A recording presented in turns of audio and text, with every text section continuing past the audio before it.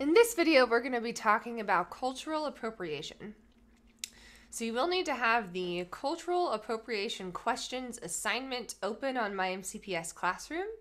So I'll give you a moment to make sure that assignment is open on your computer.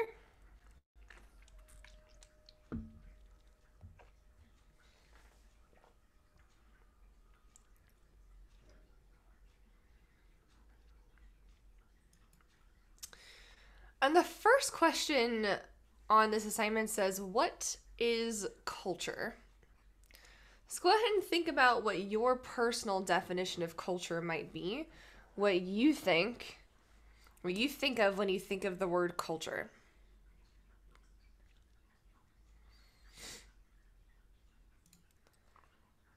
So these are a couple of definitions that I pulled off the internet. The first one says, the arts and other manifestations of human intellectual achievement regarded collectively. So manifestations just means like how it's shown. So how do we show human intellectual achievement? So that could be the arts, like it already said, which would include like music and visual art kind of a thing. Other manifestations, other ways that we show human intellectual achievement might also be like discoveries in math and science or architecture. There's a lot of different ways that we would show human intellectual achievement. Then regarded collectively just means as a group. So we're not talking about one person creating a whole culture. We're talking about a group of people did this. Therefore, we collectively put them in the same cultural group. The second definition is my favorite one. It says the customs, art, and social institutions and achievements of a particular nation, people, or other social group. So the reason I like this is because it's very broad, and culture is actually a really broad term that we use to describe a lot of different things. So customs and art and social institutions, like it could just be how are we used to communicating with one another. Like in one culture, maybe it's more common and more considered normal in that culture for people to make eye contact while they're talking. In another culture, that might not be considered normal. That might not even be considered respectful for you to be making eye contact with somebody while you're speaking. The other thing is it says nation, people, or other social group. So we could be talking about an entire country and the customs and the art and the social institutions that go along with that. We could be talking about the culture of the United States. We could be talking about the culture of a single state, like a culture of people who live in Maryland.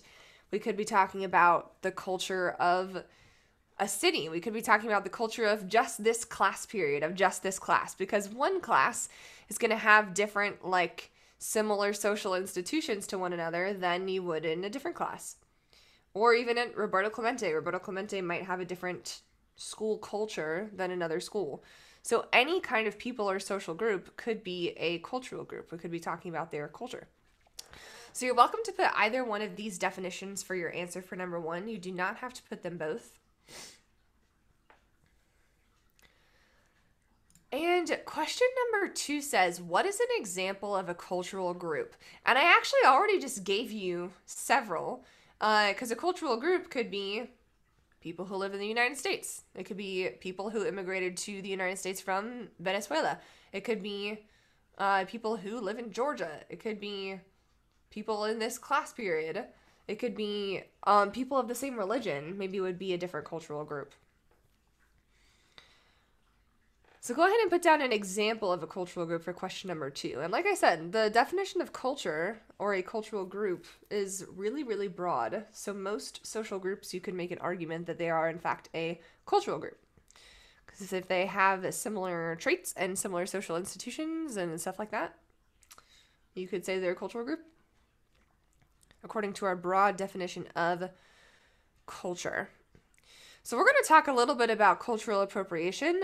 So pause on putting down your answer to number 3 for a moment here. I'm going to give you this super long definition of cultural appropriation. And first what I'm going to do is just read it to you. Then we're going to break down what it actually means into smaller chunks. So go ahead and just follow along with me while I'm reading it first. And this is mostly from Wikipedia. Cultural appropriation is the adoption of an element or elements of one culture or identity by members of another culture or identity. This can be controversial when members of a dominant culture appropriate from disadvantaged minority cultures. According to critics of the practice, cultural appropriation differs from acculturation, assimilation, or equal cultural exchange, and that this appropriation is a form of colonialism. When cultural elements are copied from a minority culture by members of a dominant culture, and these elements are used outside their original cultural context, sometimes even against the expressly stated wishes of members of the originating culture, this is cultural appropriation. So let's break down some of these college words. Acculturation and assimilation are probably words you've heard before in a social studies class. They're actually kind of similar. They both just mean a minority group or culture is coming to show a society's majority group, or like taking on their values and their behaviors and beliefs. So a minority group assimilating into a dominant group or majority group.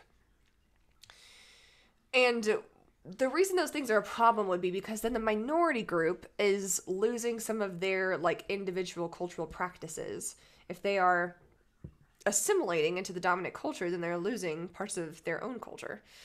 And you've probably heard of this in social studies because historically in the United States, typically the dominant culture has been white and Christian.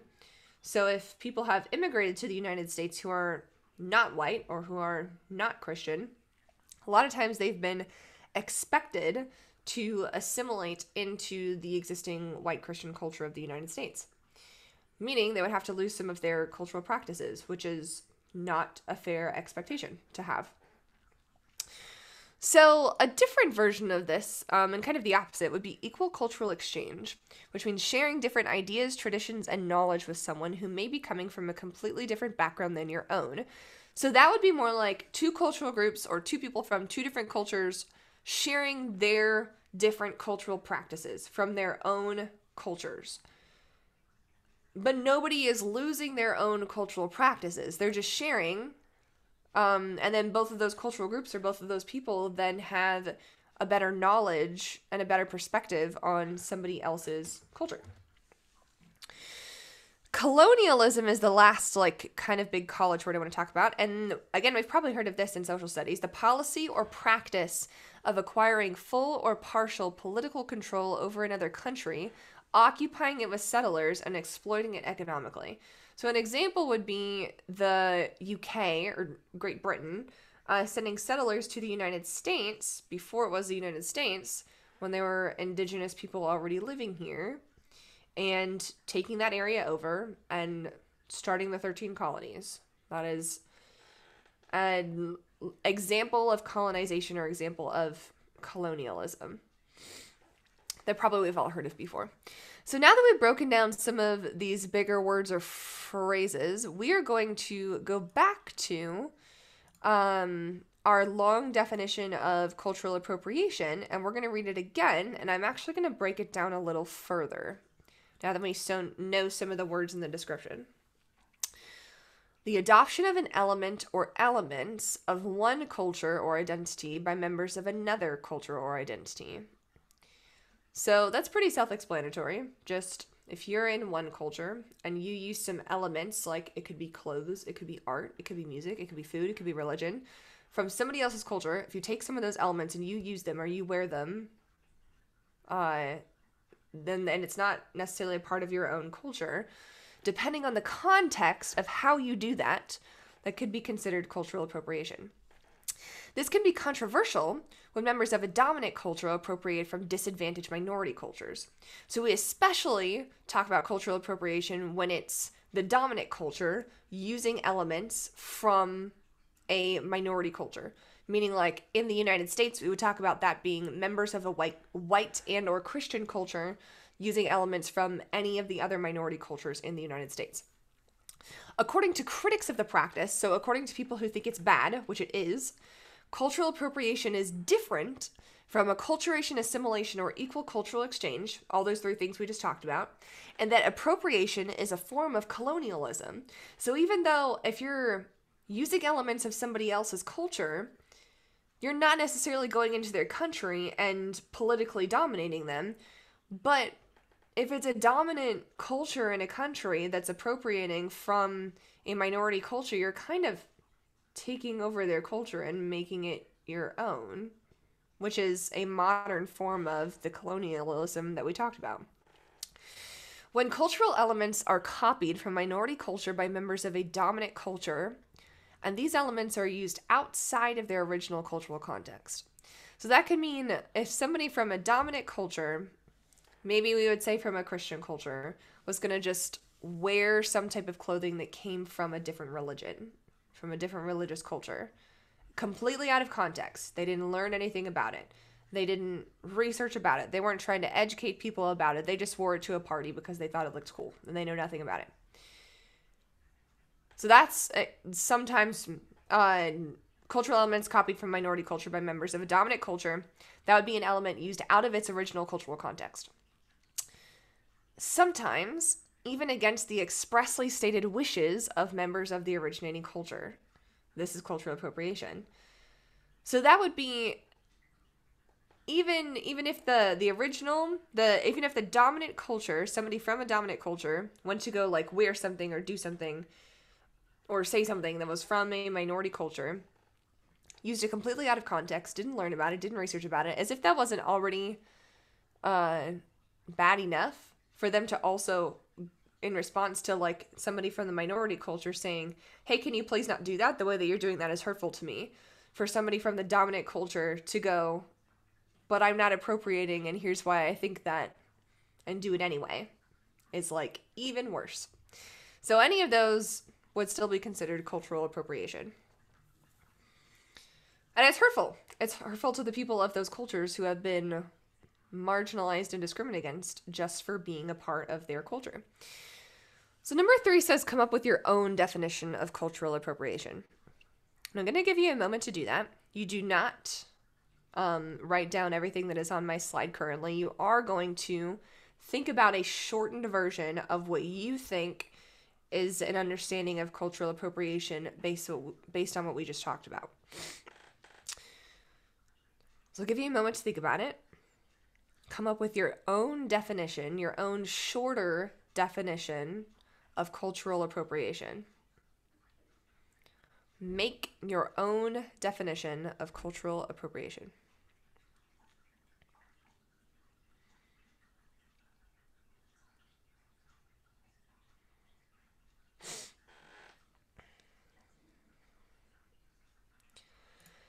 And we're now going to talk about some examples of cultural appropriation, and I have a few for you. I don't know if y'all follow Kim Kardashian West at all. I do not, but I did a little bit of research on this, and Kim Kardashian, I don't know when this was, I think it was in the last few years, came out with a kimono shapewear line. A shapewear meaning like a type of undergarment. And she called it kimono. And Kim Kardashian is not Japanese. And kimono is a type of clothing that comes from Japanese culture. So that one thing in itself, just Kim Kardashian not being Japanese and using the word kimono, which comes from Japanese culture, that in itself does not necessarily make this cultural appropriation. But there are some other elements to it. So from the context of the launch, there was no element of Kim Kardashian like seeking to understand more about Japanese culture or supporting understanding of Japanese culture or celebrating Japanese culture. So if she had done something like more along the lines of, here's a lot of things to know about kimonos. Here's a lot of things to know about the history of Japanese culture and what kimonos mean in Japanese culture. Here's why we should celebrate Japanese culture. Any of those things, maybe in that context, it could have been more cultural appreciation and less cultural appropriation. However, she did not do those things. She just kind of went, I like this word. I'm going to use it in my shapewear line so that I can sell a lot of products, which is why it was not okay. It was also particularly offensive considering the history of Japanese discrimination in the U.S. So if you've learned about World War II in social studies, you already know this. But during World War II, the U.S. and other countries were fighting against several other countries, and one of those was Japan, who was on the opposing side. And at that time, there were already a lot of Japanese citizens and immigrants living in the United States. And people in the US who were not Japanese were really concerned and paranoid that people who were Japanese in the United States were going to like turn on them because they were fighting against Japan in the war. So they placed a lot of Japanese United States citizens into Japanese internment camps. And during this whole time period, during before and after World War II, wearing a kimono or displaying any type of Japanese culture could result in discrimination or even death. So, for that to be a part of the history of the kimono, and for Kim Kardashian to just kind of go, I'm just going to use this word because I like it, and not really explore anything about the history or seek to educate or understand, is really hurtful to Japanese people who either personally have experienced discrimination in the United States today, or whose ancestors or friends and family have experienced discrimination as a Japanese person in history. So that being said, Kim Kardashian doing this was not on purpose.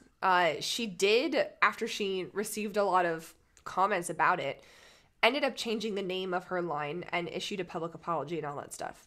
So it was good that she was called out for it, and it was good that she actually recognized what she had done and changed it. But we should definitely be seeking to understand before something like that happens. What she did was kind of thoughtless and disrespectful, and it was good that she apologized for it, and it was good that she changed it. But we should all definitely be educating ourselves and researching these types of things before, so that stuff like that doesn't happen. So we should be able to be more aware of other people's cultures.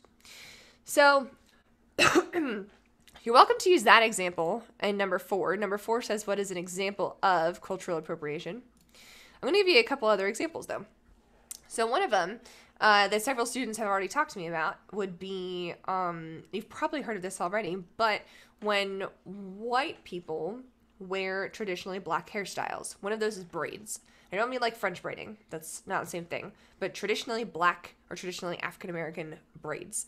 If white people wear those and they're kind of taking them out of context, we usually call that cultural appropriation. One of the reasons we call it that is because black people who are trying to wear their hairstyles just as their own hair naturally grows out of their head have been discriminated against in like companies and in work. As in, like, companies will see black hairstyles on a person and say, well, your hair's not professional enough to work here, even though it's literally their natural hair that's growing out of their head. So for a white person to try to wear a black hairstyle without the discrimination because they are a white person, that is hurtful to black people who have experienced discrimination just for being black and just for having their own hair and their own hairstyles. So that's another example, and there are a lot of versions of that type of example. I'm going to show you one more. And we would maybe not necessarily call this cultural appropriation, but we would definitely call it appropriating. And it's absolutely a type of plagiarism, which is very similar to what we talk about in cultural appropriation. Because cultural appropriation, you're not giving credit to where your cultural element actually came from. So I don't know how many of y'all are on TikTok, but this is from TikTok. This is from a creator whose handle is Herspective, who does a lot of talking about equity and equality and discrimination and cultural appropriation. So evidently, there is a black content creator who does a lot of really fun, really informative videos about different kinds of animals. That's his main thing on his page. There's a white content creator who took one of this guy's videos, and just word for word said exactly what he said, the exact same information, almost the exact same words. Maybe there were like 2 differences, and posted it as if it was his own content and didn't give the other guy credit.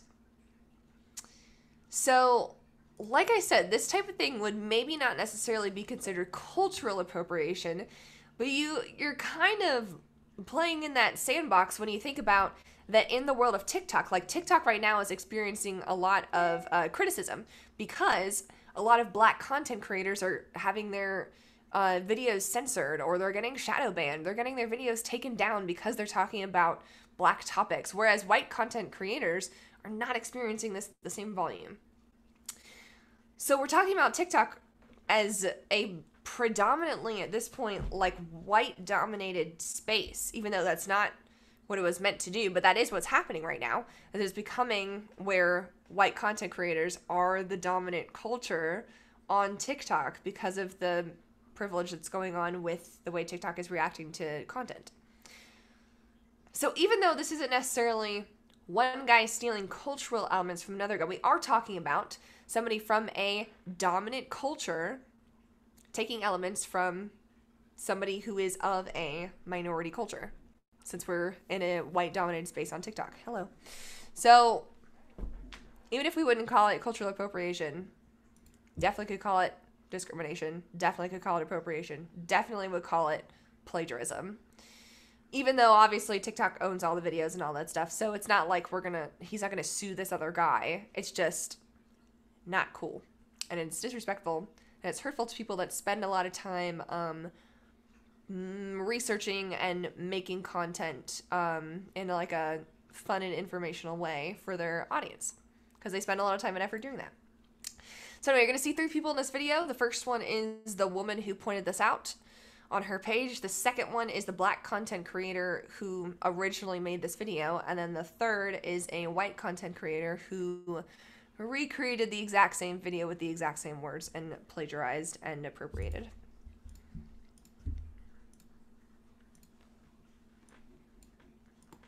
Hi, please take a minute to watch this. If I can't make you like rats a little more, you can go ahead and unfollow me. If you don't love rats by the end of this video, you can unfollow me. Rats are ticklish and they actually giggle when you do it. It's just that it's so high-pitched that you would normally never hear it. Rats are extremely ticklish and they actually giggle when you tickle them. Rats are extremely clean and they spend a lot of time grooming and washing themselves. Not only that, but they bond by cleaning each other, which is called allogrooming. If rats are extremely clean and always wash themselves, they even clean each other, which is called allogrooming. For a rat, the ultimate sign of trust is letting someone else do their hair. For rats, it's the ultimate sign of trust. It is basically like letting someone else do their hair. Pet mice can form strong emotional attachments with humans. Not only will rats react with excitement when they hear their owner's voice, they'll try to groom their human friend as if they were a rat in their own family. Pet mice can also form deep emotional attachments to humans. Not only will mice react with excitement when they hear their owner's voice, they'll also try to groom their human friend as if it was part of their own rat family. The entire video, dude. The whole thing. So, second content creator, white boy content creator, appears to have plagiarized everything that the black content creator said in his video, which again, even if you're taking the racial or the discriminatory aspect out of the equation, is still rude and hurtful, because the original content creator spent a lot of time coming up with that content and researching the information about the animals and like putting it together. So that's an issue. So, a few different examples of things that we could talk about being cultural appropriation for number 4. If you have any other thoughts of examples, you're welcome to put those too. We have already talked about cultural appropriation when we talked about our black jazz musicians. And this is going to be part of your answer to number 5. What is an example of cultural appropriation in music? So when we talked about jazz music, we talked about that it started to develop during the late 1800s and early 1900s. And it was developed by predominantly black musicians. And especially in the city of New Orleans and Louisiana, those were really started to develop. White musicians during this time period heard a lot of this type of music and thought it was cool, because it is, and decided that they wanted to play it and perform it. And a lot of them didn't give credit to the black musicians that they discovered it from. And to make that kind of thing worse, we're also talking about a time period where everything was really segregated. So these white musicians could utilize music that they did not themselves develop, claim it as their own, but then also take it to a whites-only musical venue and play it somewhere where black people were not even allowed to be. So not only did they kind of plagiarize and culturally appropriate, they also excluded the original culture from participating in that cultural element. The cultural element in this situation being music. So that kind of thing happened a lot. And some of them knew what they were doing. Maybe some of them didn't. Maybe some of them were just really thoughtless about it. But regardless, that's something we talk about in cultural appropriation. Jazz is not the only musical genre this has happened. It's also happened in blues. It's also happened in rock and roll. It's also happened in rap. And it's also happened in a lot of choral songs, actually. Because in chorus, we use a lot of early American, like, folk music. And in addition to that, we also use a lot of African American spirituals. So those make really great chorus songs. However, there's a way to perform those songs that is seeking to understand the history of those songs and seeking to educate people about where those songs came from and performing them respectfully and celebrating African American culture. There's another way to perform those songs that does not do any of those things, that just kind of goes, well, I like the way this song sounds and I like the harmony, therefore my group is going to sing this song. Which is pretty disrespectful. And when we see that kind of a thing and we see it performed in a way that's just for likes, just for clout, just for popularity, that's when we look at that and we say that feels like it's cultural appropriation. So you can use any of those musical examples for number 5. If you have another example in your mind, you can also use that. So that being said, now we've talked a lot about cultural appropriation. Number 6 says, what is the difference between cultural appropriation and becoming familiar with a genre? And usually we would call that cultural appreciation. So we would talk about the difference between appropriating versus appreciating. So the Beatles, who I hope we've all heard of before, have a lot of influence on their music from Black rock and roll artists. And Paul McCartney, one of the members of the Beatles, actually talked about how he learned everything he knew from Little Richard, who is one of the more famous Black rock and roll artists. There's a couple different ways you could look at that, because the Beatles profited a lot more off of their music than a lot of Black rock and roll artists did. But they did not take all the credit for that. Like, they still used to talk about where their inspiration came from, which is really important to do as a musician. So you could look at it and say, well, they profited more off of performing that type of music than Black rock and roll artists did, so that's appropriation. Or you could look at it and say, they talked a lot about where their music came from and where their inspiration came from, so it's actually appreciation. That's where the line kind of gets a little bit blurry between those kinds of things. And it could have just been that Black rock and roll artists didn't profit as much as the Beatles did because they were Black rock and roll artists, and society was not as accepting of Black rock and roll artists during that time period. Could be. So there's a couple different ways you could argue that, but it's important to do what Paul McCartney did and talk about where your inspiration comes from. So as musicians, if we're looking to be culturally appreciative and not culturally appropriate, one of the things we need to do is acknowledge the origins of where our inspiration is derived from. Where does our inspiration come from? Say, this is how I learned to sing. This is what inspired me to be a singer. This is what inspired me to write this song or to learn this song. This is where this song comes from. This is what the lyrics of this song mean. Those kinds of things. If it comes from a culture that's not yours, are you informing yourself about that culture, especially if it's a marginalized group?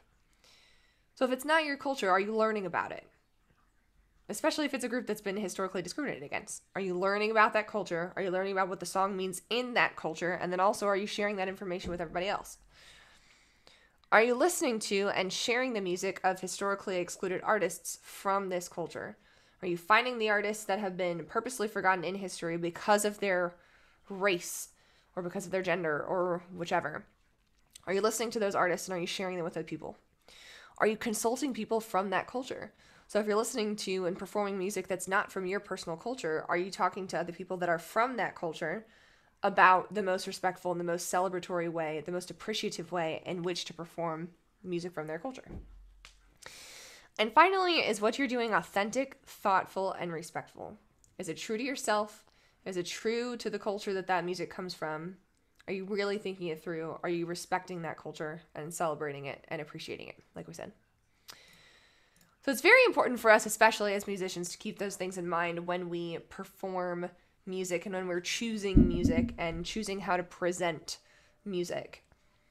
Not just for our sake, so that when we perform it, like, audience members enjoy it, but because we have a responsibility to where the music came from and to who created all of the music that we want to sing and all the music that we want to perform. We have a responsibility to them, to do right by them and do right by the composers. So at this point, you should have all of your answers for number 1 through 6. And number 7, 8, 9, and 10 are what you're going to think about on your own. You'll just kind of answer those from your own perspective. Number 7 says, why would it be hurtful for someone to see their culture being appropriated? So besides, like, it just is somebody who's not from that culture, like, why does that hurt somebody to see that kind of thing happen? Number 8 says, what can you personally do if you see or hear someone being disrespectful towards another culture? Now, I'm more talking about if it was, like, your friend. If one of your friends was being disrespectful towards another culture, what would you say to them? It'd be different if it was somebody on the internet. We talk about sometimes calling people out if it's your friend, or calling people out on the internet in an aggressive way. Like, if you just go, hey, that's cultural appropriation. If you say that in an aggressive way to somebody, they're automatically going to feel really attacked.